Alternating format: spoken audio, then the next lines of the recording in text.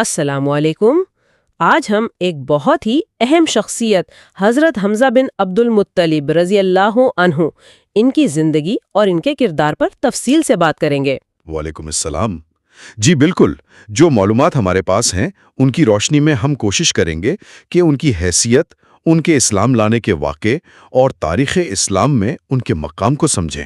حضرت حمزہ کا تعلق تو قریش کے معزز ترین قبیلے بنو ہاشم سے تھا، اور وہ رسول اللہ صلی اللہ علیہ وسلم کی ولادت سے کوئی 2 سال پہلے مکہ میں پیدا ہوئے۔ صحیح۔ اور وہ صرف رسول اللہ صلی اللہ علیہ وسلم کے چچا ہی نہیں تھے بلکہ رضائی بھائی بھی تھے، یعنی دونوں کو سویبہ نے دودھ پلایا تھا جو ابو لہب کی کنیز تھیں۔ جی ہاں، اور یہ رشتہ اس زمانے کے عرب معاشرے میں بہت اہمیت رکھتا تھا، ایک خاص قربت سمجھی جاتی تھی۔ بالکل، اور اسلام لانے سے پہلے بھی مکہ میں ان کا بڑا نام تھا۔ بہادری، صاف گوئی، شکار کا شوق، ان سب چیزوں کے لیے وہ مشہور تھے۔ ان کا ایک رعب تھا، ایک دبدبا تھا۔ یقیناً، اور ابتدائی اسلام کی تاریخ کو سمجھنے کے لیے ایسی جو کلیدی شخصیات ہیں ان کے کردار کو سمجھنا بہت ضروری ہے۔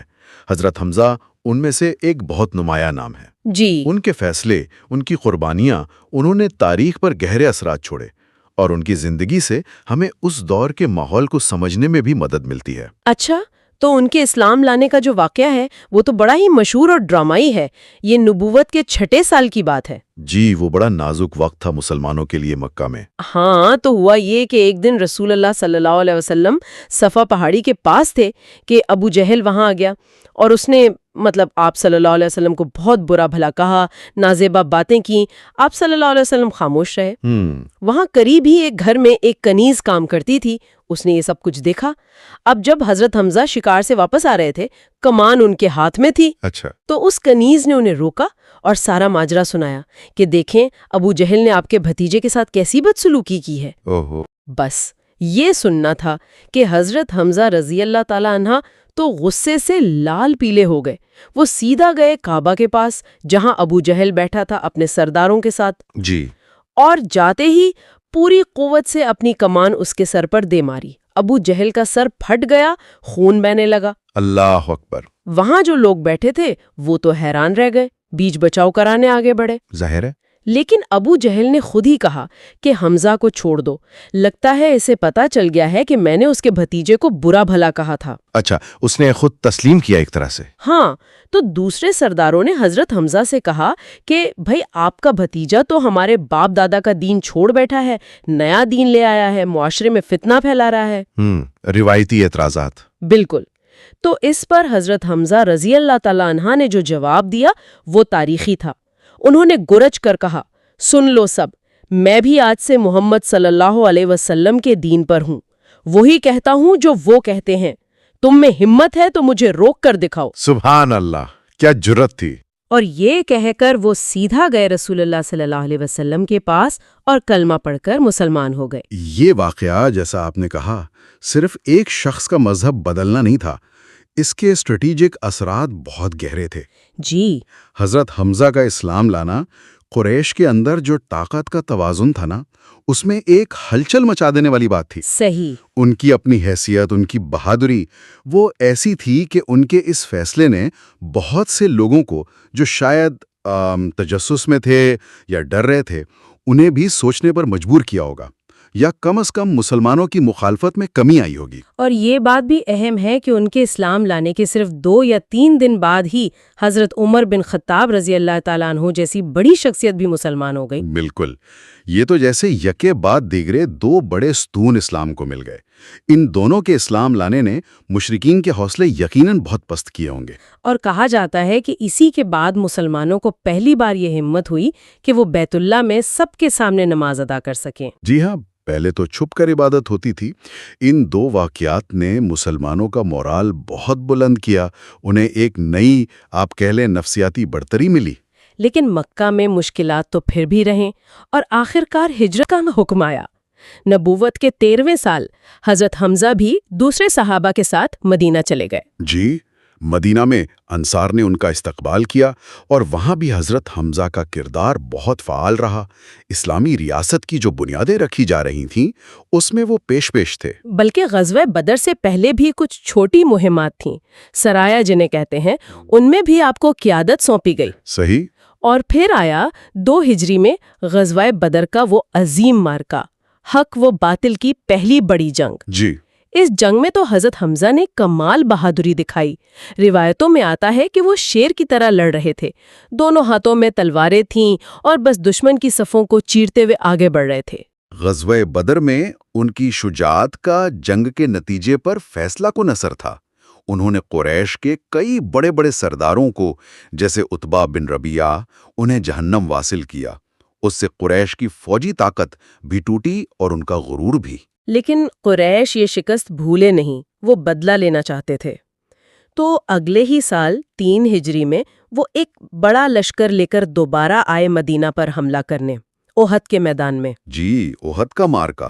اس جنگ میں ایک وقت آیا جب وہ تیر اندازوں والی جگہ خالی ہونے کی وجہ سے مسلمانوں کی صفوں میں کچھ گڑبڑ ہوئی، انتشار پھیلا، جنگ کا پاسا پلٹتا ہوا لگا۔ ہاں، وہ ایک مشکل مرحلہ تھا۔ لیکن اس مشکل وقت میں بھی حضرت حمزہ رضی اللہ تعالی عنہ جیسے جو بہادر لوگ تھے وہ ثابت قدمی سے لڑتے رہے۔ احد کی جنگ میں قریش کا ایک خاص ہدف حضرت حمزہ سے بدلہ لینا بھی تھا، خاص طور پر وہ لوگ جن کے رشتہ دار بدر میں حضرت حمزہ کے ہاتھوں مارے گئے تھے۔ جی، ان میں ایک تھا جبیر بن مطعم، اس کا چچا تھا طعیمہ بن عدی، وہ بدر میں مارا گیا تھا۔ اچھا۔ ابن حرب، وہ نیزہ پھینکنے میں بڑا ماہر تھا، اس کا نشانہ کم ہی چکتا تھا۔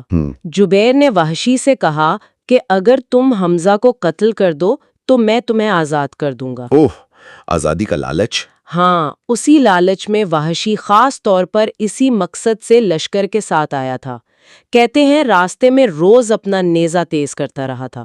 یہ اس زمانے کے قبائلی معاشرے کی ایک تلخ حقیقت بھی ہے کہ کیسے ذاتی انتقام اور بدلے جنگوں کا حصہ بن جاتے تھے اور انسانی جان کی قیمت کیسے لگائی جاتی تھی۔ بالکل، تو احد کے میدان میں وحشی بس موقع کی تلاش میں تھا۔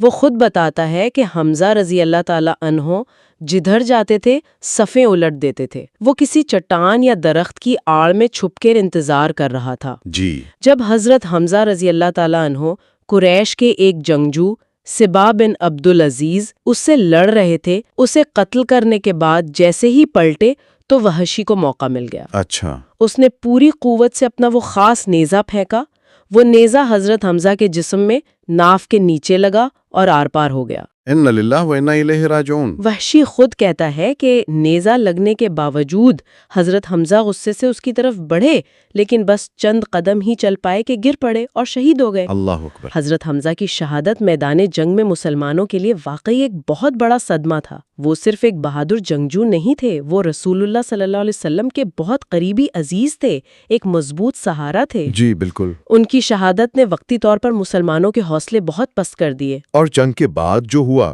وہ تو انسانی تاریخ کا ایک بہت ہی افسوسناک باب ہے۔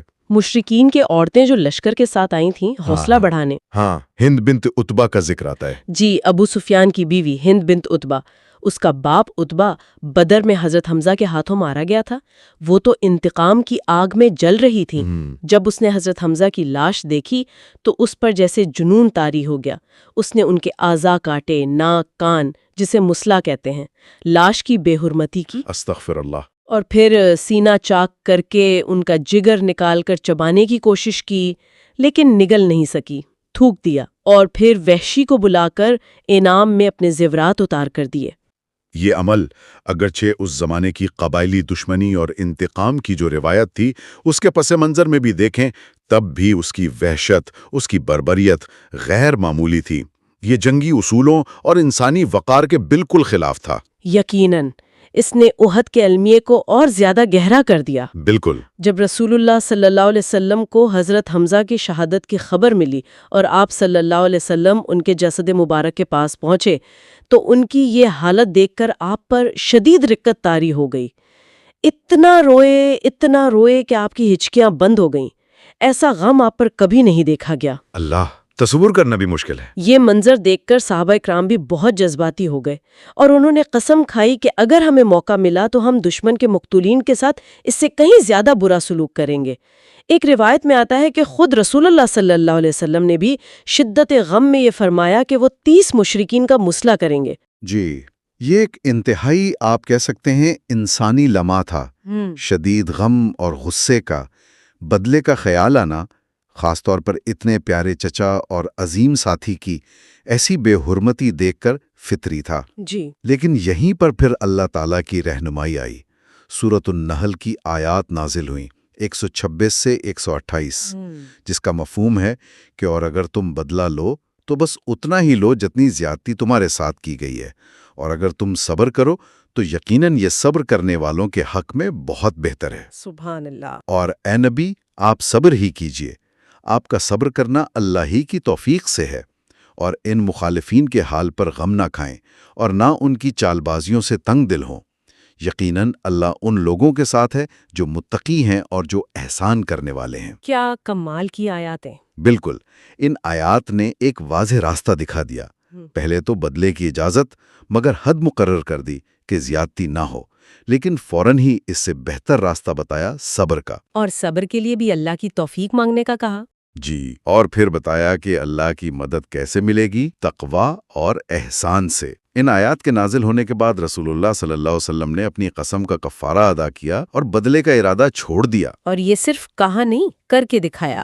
فتح مکہ کے موقع پر جب وہی لوگ سامنے تھے جنہوں نے 13 سال ظلم کیا تھا، احد میں یہ سب کیا تھا، جی بالکل، وہ مغلوب کھڑے تھے، تو رسول اللہ صلی اللہ علیہ وسلم نے انہی آیات کی روشنی میں عام معافی کا اعلان فرما دیا، یہاں تک کہ ہند بنت عتبہ اور وحشی بن حرب بھی، جی حضرت حمزہ کے قاتل وحشی بن حرب کو بھی بعد میں جب وہ اسلام لائے معاف کر دیا گیا۔ یہ تاریخ کا ایک غیر معمولی سبق ہے۔ شدید ذاتی غم اور نقصان کے باوجود اللہ کے حکم پر عمل کرتے ہوئے انتقام پر صبر اور معافی کو ترجیح دینا، یہی وہ اخلاقی عظمت ہے جس نے اسلام کی بنیادوں کو مضبوط کیا۔ حضرت حمزہ کو ان کی اس عظیم قربانی کی وجہ سے سید الشہداء کا لقب ملا، یعنی شہیدوں کے سردار۔ جی، اور اسد اللہ و اسد الرسولہ بھی کہا جاتا ہے، اللہ اور اس کے رسول کا شیر۔ بالکل، انہیں دوسرے شہدائے احد کے ساتھ وہیں احد پہاڑ کے دامن میں دفن کیا گیا۔ شہادت کے وقت ان کی عمر تقریباً 58 سال تھی۔ حضرت حمزہ رضی اللہ تعالی عنہ کی زندگی واقعی جرت، ایمان کی مضبوطی اور قربانی کی ایک روشن مثال ہیں۔ ان کا اسلام لانا ابتدائی مسلمانوں کے لیے ایک اہم موڑ تھا، اور ان کی شہادت ایک بہت بڑا سانحہ۔ صحیح۔ لیکن اس سانحے سے جڑے جو واقعات ہیں، خاص طور پر صبر اور معافی کا سبق، وہ رہتی دنیا تک ہمارے لیے مشعل راہ ہیں۔ ان کی کہانی ہمیں دکھاتی ہے کہ کیسے شدید انسانی جذبات، اللہ کی رہنمائی اور تاریخی واقعات مل کر ایک قوم کی تقدیر بناتے ہیں۔ تو آج ہم نے حضرت حمزہ بن عبد المطلب رضی اللہ تعالیٰ عنہ کی زندگی کے مختلف پہلوؤں پر بات کی۔ ان کی شخصیت، ان کا اسلام لانا، میدان جنگ میں ان کی بہادری، ان کی شہادت، اور اس شہادت سے جڑے وہ اسباق جو آج بھی ہمارے لیے بہت اہم ہیں۔ اور جاتے جاتے ایک نقطہ سوچنے کے لیے چھوڑتے ہیں۔ کبھی غور کریں کہ اگر حضرت حمزہ رضی اللہ تعالیٰ عنہ اور حضرت عمر رضی اللہ تعالیٰ عنہ جیسی بااثر شخصیات اس ابتدائی نازک دور میں اسلام قبول نہ کرتیں تو مسلمانوں کی تاریخ اور ان کی طاقت کا توازن کیسا ہوتا؟ یہ واقعی سوچنے کی بات ہے۔ یا اگر احد کے واقعے کے بعد جو اللہ کی طرف سے ہدایت آئی وہ صبر کے بجائے صرف بدلے پر زور دیتی تو مسلمانوں کا اخلاقی تشخص کیا ہوتا؟ ان کی آئندہ فتوحات کی نوعیت کیا ہوتی؟